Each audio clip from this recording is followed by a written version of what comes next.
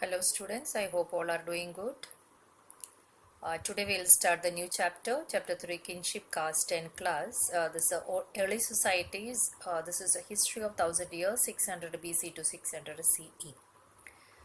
And we know here we see there are drastic changes in agricultural technology and transformation of the lives of the forest dwellers and emergence of the urban centers and social differences that emerged.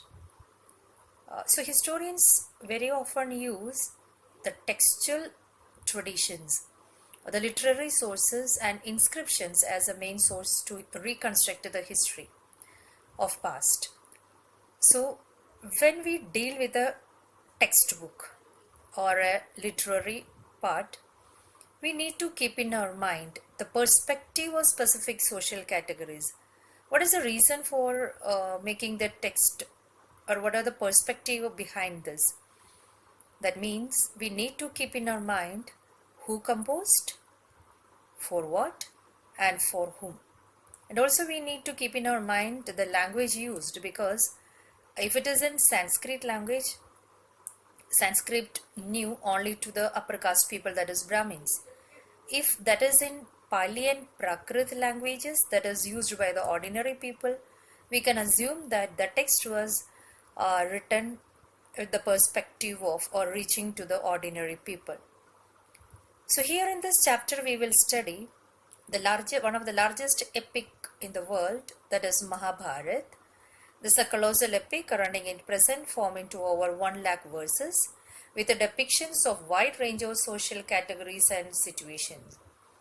And the core theme or the story of Mahabharata is a fight between, or a quarrel between, two warring cousins called as Kauravas and the Pandavas. So as we going through the Mahabharata epic, we can realize or understand the existence of different social norms, the marriage system and the family system and the kinship through Mahabharata epic. As historians use textual sources to understand the socio-economic and even political conditions and the changes during a period under study. And as I told you, Mahabharata was composed over a period of 1000 years, starting 500 BC. And as per tradition, it was composed by Vyasa, the seer, and at present it has 1 lakh verses. And of course, the central story is about two groups of warring cousins, the Kauravas and the Pandavas. In 20th century, the critical edition of Mahabharata have been completed by a group of scholars. And the leader of the group of scholars were V.S. Suptankar, and he started his project in 1919. And it took 47 years to complete and to compile the critical edition of the Sanskrit Mahabharata. And what were the methods they used, this group of scholars used, while preparing the critical edition of Mahabharata?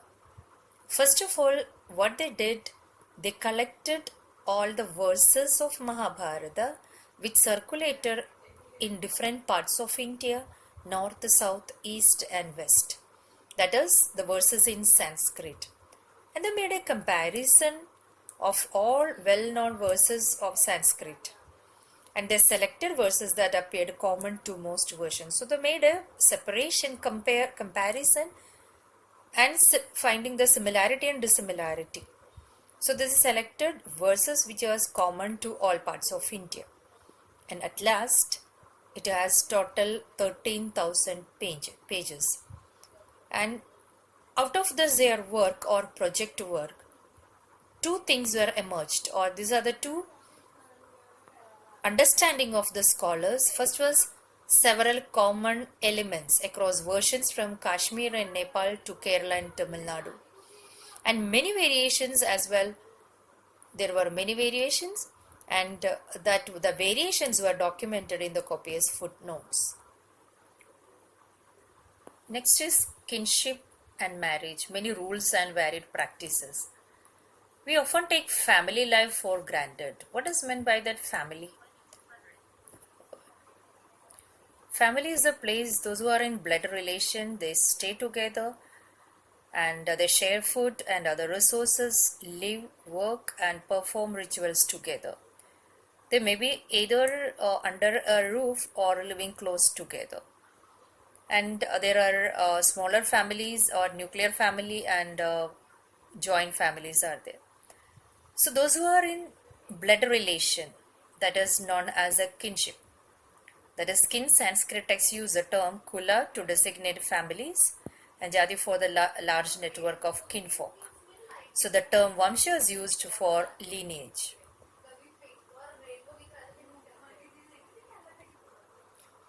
Families are usually parts of larger networks of people defined as relatives or we call as cousins and is a technical term of kinfolk. And easier to find out about the elite families than the ordinary folk.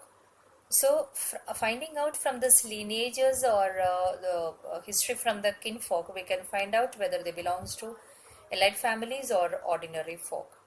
The attitude towards family and kinship influence the decisions and further changes.